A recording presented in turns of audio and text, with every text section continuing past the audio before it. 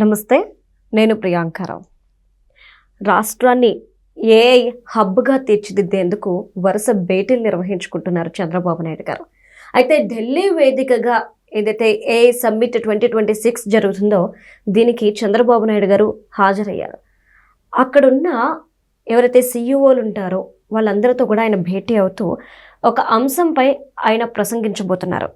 అదొచ్చేసి AI accelerators fuelling India's economic growth అనే అంశంపై జరిగే సెషన్లో అస్సాం ముఖ్యమంత్రి హిమంత బిశ్వ శర్మ, కేంద్ర మంత్రి జితిన్ ప్రసాద్, అలానే టీసీఎస్ ప్రతినిధులతో కలిసి చంద్రబాబు నాయుడు గారు పాల్గొంటారు. మరి ఇంత గొప్ప అంశం మీద చర్చ జరుగుతున్న నేపథ్యంలో రాష్ట్రానికి కలిగే లాభం ఏంటి? అంటే చంద్రబాబు నాయుడు గారు కూడా అక్కడ పాల్గొంటున్నారు కాబట్టి మనకి రాష్ట్రానికి ఏదైనా పెట్టుబడి కానీ ఏదైనా కంపెనీని కానీ తీసుకొచ్చే యోచనలో ఉన్నారా అనేది తెలుసుకుందాం. మనతో మాట్లాడడానికి ప్రముఖ పొలిటికల్ ఎనలిస్ట్ డివి శ్రీనివాస్ గారు ఉన్నారు. ఆయన అడిగి తెలుసుకుందాం. నమస్కారం సార్. నమస్తే. అంటే రాష్ట్రాభివృద్ధి కోసం అహర్నిశలో కష్టపడుతున్నారు అని ఒప్పుకోక తప్పని పరిస్థితి. ఎందుకంటే ఢిల్లీలో జరుగుతున్న సమ్మిట్కి కూడా చంద్రబాబు నాయుడు గారు హాజరయ్యి ఆయన ఒక అంశం మీద చర్చకి పాల్గొంటున్నారు. ఈ నేపథ్యంలో రాష్ట్రానికి కలిగే లాభం ఏంటి అనేది ఒక పాయింట్ అయితే, ఒక ఇంకా ఎదుగుతున్న రాష్ట్ర సీఎం ఇలాంటి చర్చల్లో పాల్గొనడం అంటే మొన్న మోడీ గారు కూడా అన్నారు ఈ డిజిటల్కి సంబంధించి గురువు అయిపోయారు చంద్రబాబు నాయుడు గారు అని చెప్పేసి. ఎలా చూడాలి అంటారు? ముఖ్యమంత్రి చంద్రబాబు ఈరోజు ఢిల్లీ పర్యటన, అక్కడ ఉన్నటువంటి ఆ కేంద్ర మంత్రి, అస్సాం ముఖ్యమంత్రి వీళ్ళందరితో కలిసి ఒక కీలక ఉపన్యాసం, ఇది AI accelerators fuelling India's economic growth. ఇది ఒక గేమ్ చేంజర్. ఇది ఆర్టిఫిషియల్ ఇంటెలిజెన్స్ అనేది రాబోయే 30 ఏళ్ల యువత ఉపాధికి ఇదే పునాది. అంటే ఏ విధంగా అయితే ఐటీ అనేది అప్పుడు 30 ఏళ్ల క్రితం ఒక గేమ్ చేంజర్గా మారిందో, ఇవాళ మరి కోట్లాది మందికి అదే ఉపాధిగా మారిందో, అలాంటి ఇన్ఫర్మేషన్ టెక్నాలజీ ఈరోజు మరో కొత్త రూపాన్ని సంతరించుకుంటారు. ఆర్టిఫిషియల్ ఇంటెలిజెన్స్ రూపంలో ఇవాళ మనం తీసుకున్నట్లయితే నిన్న ప్రధాని మోడీ కూడా మాట్లాడుతూ ఆయన స్పష్టంగా చెప్పారు, ఏంటి కృత్రిమ మేధ అనేది ఇవాళ మానవ శక్తి అన్నాడు. అసలు మానవ్ అనేదానికి ఆయన ఒక అబ్రివేషన్ కూడా ఇచ్చారు, ఏంటి moral and ethical systems, accountable governance, national sovereignty, accessible, inclusive, valid, legitimate అంటూ మానవ్ అనేదానికి ఒక కొత్త నిర్వచనం ఇచ్చాడు.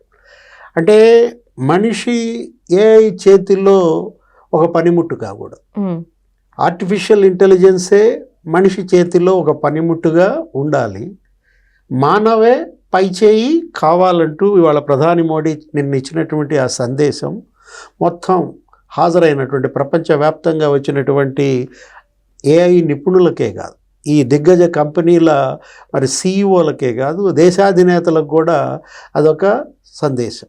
ఎందుకంటే ఇవాళ మరి నైతిక విలువల వ్యవస్థ, జవాబుదారీ పాలన, సార్వభౌమత్వం, అందుబాటు, సమ్మిళితం, చెల్లుబాటు, చట్టబద్ధత. అంటే ఆర్టిఫిషియల్ ఇంటెలిజెన్స్ ఇవాళ పక్కదారి పడుతుంది, మిస్యూజ్ చేస్తున్నారు. అది జరగకూడదంటూ ప్రధాని సరైనటువంటి దిశానిర్దేశంలో ఆర్టిఫిషియల్ ఇంటెలిజెన్స్ నడపాల్సిన ఆవశ్యకత పైన నిన్న సుందర్ పిచాయ్ లాంటి దిగ్గజాలందరితో కూడా అయినటువంటి ఇచ్చిన దీంట్లో ఈరోజు ముఖ్యమంత్రి చంద్రబాబు ఆ సమ్మిట్లో ఒక ప్రత్యేక ఆకర్షణ కాబోతున్నారు.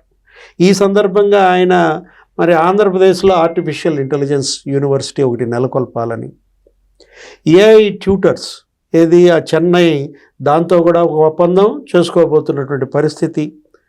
నెక్స్ట్ ఇక్కడికి వచ్చేసరికి ఆయన ఈరోజే అడోబ్ శంతన్ నారాయణ్తో, తర్వాత ఆటోడెస్క్, ఆ తర్వాత ఈ ఆరామ్కో ఇండియా, ఈ కంపెనీల ప్రతినిధులందరితో కూడా ఆయన సమావేశం కావడం, ఆంధ్రప్రదేశ్లో ఈ ఇన్వెస్ట్మెంట్స్కి ఉన్నటువంటి అవకాశాలని వాళ్ళ దృష్టికి తీసుకువెళ్ళడం, మొత్తం మొన్న రిజిస్ట్రేషన్స్ కూడా మనం చూసాం. ఏఐకి ఇవాళ శిక్షణ ఇవ్వడం కోసం మరి ఆన్లైన్లో పెడితే 50,000 మంది పైన హాజరయ్యారు. 1,00,000 మంది ఏఐ నిపుణులని ఆంధ్రప్రదేశ్ నుంచి తయారు చేయాలన్నటువంటి ఒక సంకల్పంతో ఇవాళ ఏపీ ప్రభుత్వం పనిచేస్తోందన్నమాట. దీనికి సంబంధించి మరి ముఖ్యమంత్రి అక్కడ మద్రాస్ ఐఐటితో ఒక ఎంఓయు చేసుకుంటున్నారు. ఇదే ఏఐ ట్యూటర్ అనేది దాంట్లో తీసుకుంటూ నెక్స్ట్ ఏఐ లివింగ్ ల్యాబ్స్ కూడా ఎన్విడియా భాగస్వామ్యంతో దాన్ని ఏర్పాటు చేస్తున్నారు. అట్లాగే ఆ క్వాంటెలా ఆ ఎండితో కూడా సమావేశం అవుతారు. మరి సుందర్ పిచాయ్తో కూడా భేటీ ఉంటుందా? ఎందుకంటే గూగుల్ డేటా సెంటర్ ఇవాళ అసలు ఇది ప్రపంచంలోనే అతిపెద్ద డేటా సెంటర్గా $15 బిలియన్ ఇక్కడ పెట్టుబడి పెడుతున్నాం. విశాఖపట్నం నుంచి మరి 13 దేశాలకు సబ్సీ కేబుల్ కూడా వేస్తున్న పరిస్థితుల్లో అదొక గేట్వేగా మారింది. ఇది విశాఖపట్నం నీకు ఈస్ట్ కోస్ట్కి ఒక గేట్వే, ఒక ముఖద్వారంగా మారుతున్న పరిస్థితుల్లో ప్రపంచం దృష్టి విశాఖపట్నం వైపు.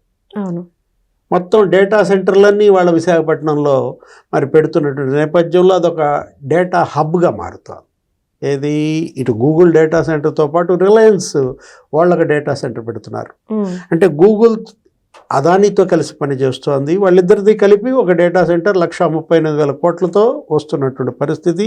మరి రిలయన్స్ కూడా ఒక 98,000 కోట్లతో వాళ్ళు కూడా ఒక డేటా సెంటర్ పెడుతున్నారు. సిస్కో అనేటువంటి వాళ్ళు ఒక 15,000 కోట్లతో వాళ్ళు పెడుతున్నారు. బ్రూక్ ఫీల్డ్ అనేటటువంటి సంస్థ కూడా మరి 1,38,000 కోట్లతో వాళ్ళు కూడా ఒక డేటా సెంటర్ పెడుతున్నటువంటి దీంట్లో మొత్తం ఇవాళ ఉత్తరాంధ్ర ఒక డెస్టినేషన్గా మారింది. విశాఖపట్నం ఇవాళ అటు డేటా అనలిటిక్స్, డేటా సైన్స్కే కాదు ఆర్టిఫిషియల్ ఇంటెలిజెన్స్కి కూడా ఇవాళ ఒక డెస్టినేషన్ అవుతున్న పరిస్థితుల్లో అమరావతి ఏంటది క్యాపిటల్ అన్నమాట. ఆంధ్రప్రదేశ్ రాజధానిగా అమరావతిలో క్వాంటమ్ వ్యాలీ ఏర్పాటు. రైట్. ఆ క్వాంటమ్ వ్యాలీ కూడా ఒక 133 క్యూబిట్ సామర్థ్యంతో మరి 180 రోజుల్లో దాన్ని రెడీ చేస్తున్నారు. అక్కడ 3-4 క్వాంటమ్ సెంటర్స్ వస్తున్నాయి. మైక్రోసాఫ్ట్ క్వాంటమ్ సెంటర్ వస్తుంది. ఇప్పుడు ఈ TCS, L&T, IBM వాళ్ళ క్వాంటమ్ సెంటర్ అసలు సిద్ధమైపోయింది. జపాన్ కూడా అక్కడ క్వాంటమ్ సెంటర్ పెట్టడానికి ముందుకు వచ్చింది. ఫుసూజు అనే డేటా సెంటర్ వాళ్ళు కూడా పెడుతున్నటువంటి పరిస్థితుల్లో మొత్తం ఇవాళ క్వాంటమ్ వ్యాలీగా అమరావతి, రైట్, ఆర్టిఫిషియల్ ఇంటెలిజెన్స్ హబ్గా అమరావతి, డేటా హబ్గా విశాఖపట్నం. అటు ఉత్తరాంధ్ర ఇటు ఈ కోస్తా ప్రాంతాలు ఇవాళ సాఫ్ట్వేర్, హార్డ్వేర్ కంపెనీలన్నీ కూడా ఇవాళ ఈ ప్రాంతం వైపు చూస్తున్న పరిస్థితుల్లో మరోవైపు రాయలసీమ, తిరుపతి, అంటే ఈ మూడింటినే 3 మెగా హబ్స్గా. తిరుపతి వచ్చేసరికి అక్కడ ఏరోస్పేస్ మరి అక్కడ ఎలక్ట్రానిక్స్ హబ్గా తయారు చేస్తున్నారు. సెమీ కండక్టర్స్ అన్నీ కూడా అక్కడ కొప్పర్తిలో, తర్వాత ఓర్వకల్లులో జపాన్ ఒక 15,000 కోట్ల పెట్టుబడులతో, కొరియా. మోడీ ప్రభుత్వం ఆ 2 సెమీ కండక్టర్స్ ప్లాంట్స్కి మరి అక్కడ ఆమోదం చెప్పినటువంటి పరిస్థితుల్లో అటు రాయలసీమ, తిరుపతి అదొక మెగా సిటీగా అమరావతి, మరొక మెగా హబ్గా విశాఖపట్నం ఒక మెగా హబ్గా, ఈ 3 క్లస్టర్లని ఇవాళ ఈ 3 గ్రోత్ ఇంజిన్స్గా ఆంధ్రప్రదేశ్ భవిష్యత్తు నిర్మాణానికి చేస్తున్నటువంటి కృషి. గతంలో మనం చూసాం మొబైల్ మ్యానుఫ్యాక్చరింగ్ హబ్గా తిరుపతి. దేశంలో 10 మొబైల్ ఫోన్లు తయారైతే దగ్గర ఒక 5 ఫోన్లు తిరుపతిలోనే. ఈ ఫాక్స్కాన్, డిక్సన్ ఇవన్నీ కూడా మనం చూసాము. శ్రీ సిటీ సజ్లు అసలు కంప్లీట్ ఫాక్స్కాన్లో అయితే మహిళా ఉద్యోగులే. వాళ్ళ శ్రీ సిటీలో 250 యూనిట్లు వస్తే దాంట్లో ఒక 200 యూనిట్లు మరి చంద్రబాబు హయాంలోనే నెలకొల్పినటువంటి పరిస్థితుల్లో అక్కడ క్రిస్ సిటీ ఒకటి వస్తుంది. అంటే కృష్ణపట్నం పోర్ట్ నేపథ్యంలో అక్కడ అభివృద్ధి చెందుతున్నటువంటి క్రిస్ సిటీ. అటు రక్షణ, పరిశోధన సంస్థలన్నీ కూడా అక్కడ రాయలసీమలో పెట్టుబడులు ముందుకు వస్తున్నాయి. ఎందుకంటే అది బెంగళూరుకి, చెన్నైకి దగ్గరగా ఉండటం. 3 ఇండస్ట్రియల్ క్యారిడార్సు ఇవాళ ఆంధ్రప్రదేశ్ మీదుగా పోవడం. అటు VCIC Visakha Chennai industrial corridor, మరోవైపు BCIC Bengaluru Chennai industrial corridor, HBIC కొత్తగా వచ్చినటువంటి industrial corridor, Hyderabad Bengaluru industrial corridor. ఇవి 3టికి కూడా రాయలసీమే ఇవాళ ఒక ప్లాట్ఫామ్ అయినటువంటి పరిస్థితుల్లో అటు కడప, కర్నూలు అసలు డ్రోన్ సిటీగా చూస్తున్నారు. అవును. అసలు ప్రకాశం ఇవాళ రెన్యూవబుల్ ఎనర్జీ హబ్గా మారుతున్నటువంటి పరిస్థితుల్లో రిలయన్స్ వాళ్ళే అక్కడ 65,000 కోట్లతో